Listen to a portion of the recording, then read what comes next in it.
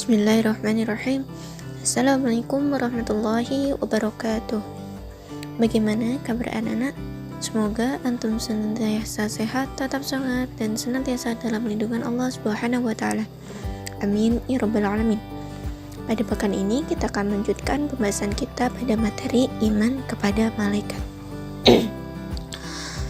Pada pekan lalu kita sudah membahas nama-nama malaikat beserta tugas-tugasnya.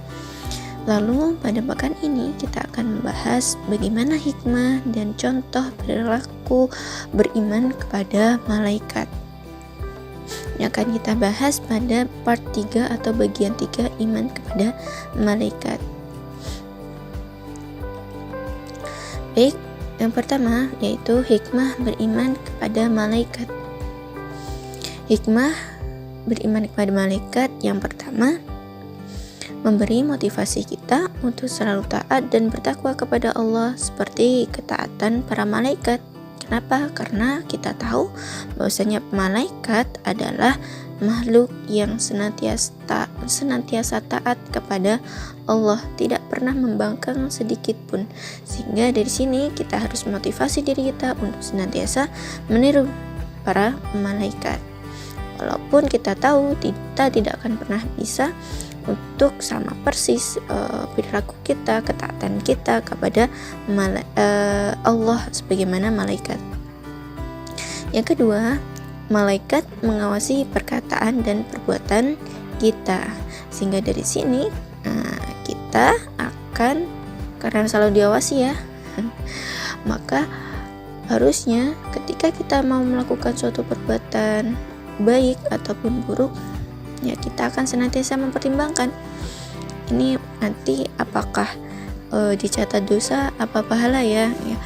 Lebih baik ketika dosa ya kita hitung-hitung lagi, ternyata kalau kita sudah melakukan dosa itu akan banyak terhitung sebagai tabungan kita di neraka gitu ya. Wah, ngeri. Lalu hikmah yang ketiga, memberi rasa optimis untuk selalu berusaha karena Allah akan memberi ilmu melalui malaikat Jibril. Nah, di sini kita paham bahwasanya para nabi itu bisa mengetahui nama-nama benda dan ilmu-ilmu termasuk wahyu dari Allah itu melalui perantara malaikat Jibril atas izin Allah. Dari sini sehingga kita nggak mencukupkan diri dengan ilmu yang kita miliki. Nah, kita motivasi bahwasanya ilmu itu luas gitu, ilmu itu sangat banyak ya.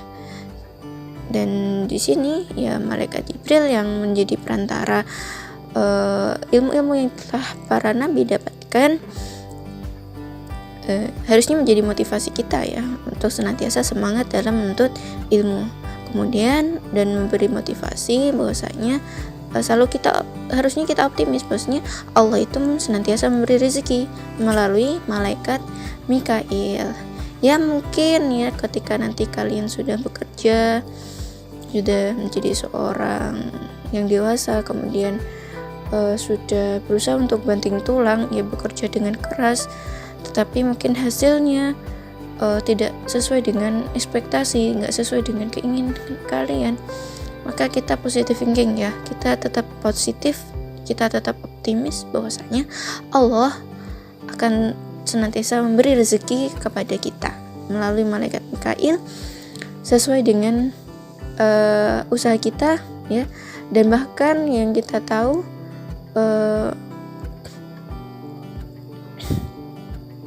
Allah itu akan memberikan rezeki pada seluruh makhluk hidup termasuk para binatang dari arah yang tidak kita sangka-sangka.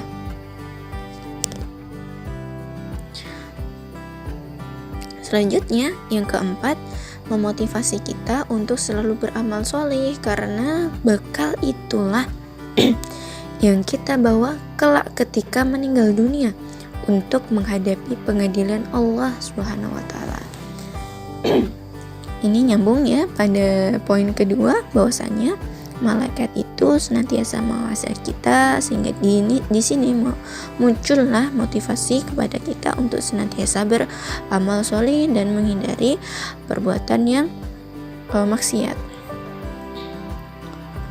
Selanjutnya kita masuk pada perilaku beriman kepada malaikat. Ini sekedar contoh ya, nanti kita bisa antum bisa bereksplor ya, memberikan contoh-contoh yang lain. Di sini yang pertama, ketika kita beriman kepada malaikat Jibril, bagaimana contoh perilakunya? Nah, contohnya kita selalu berusaha mencari dan mohon hidayah kepada Allah, bersyukur dengan cara yang banyak ya, dengan berbagi ilmu. Kemudian objek iman kedua, iman kepada malaikat Mikail, yaitu berusaha secara maksimal untuk mencari rezeki yang baik dan halal. Lalu yang ketiga, iman kepada malaikat Israfil, selalu memohon kepada Allah agar diselamatkan dalam menghadapi musibah dan huru-hara dunia maupun saat terjadinya hari kiamat kelak.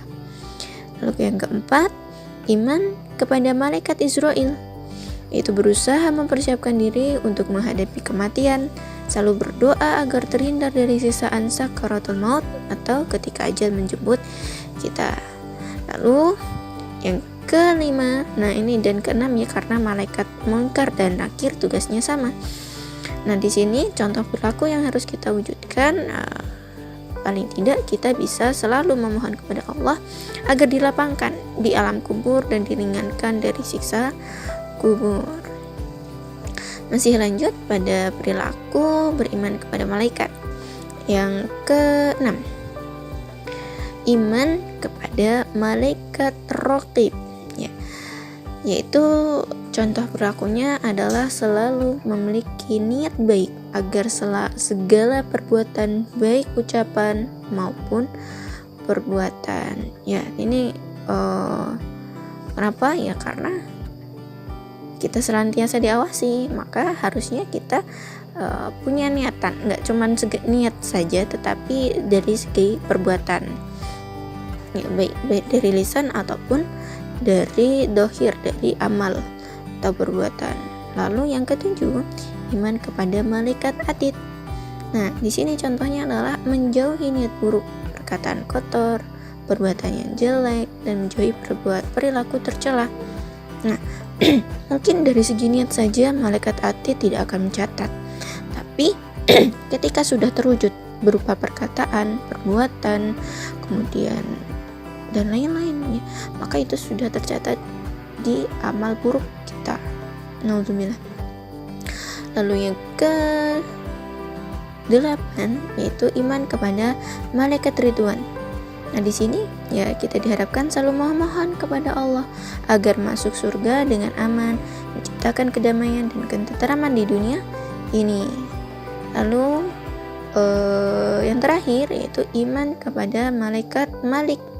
Nah, di sini diharapkan kita semua selalu memohon kepada Allah agar terhindar dari siksaan api neraka. Ya, kita paham bahwasanya kemarin Ustazah sampaikan malaikat Malik ini adalah malaikat yang senantiasa taat, nggak pernah membangkang.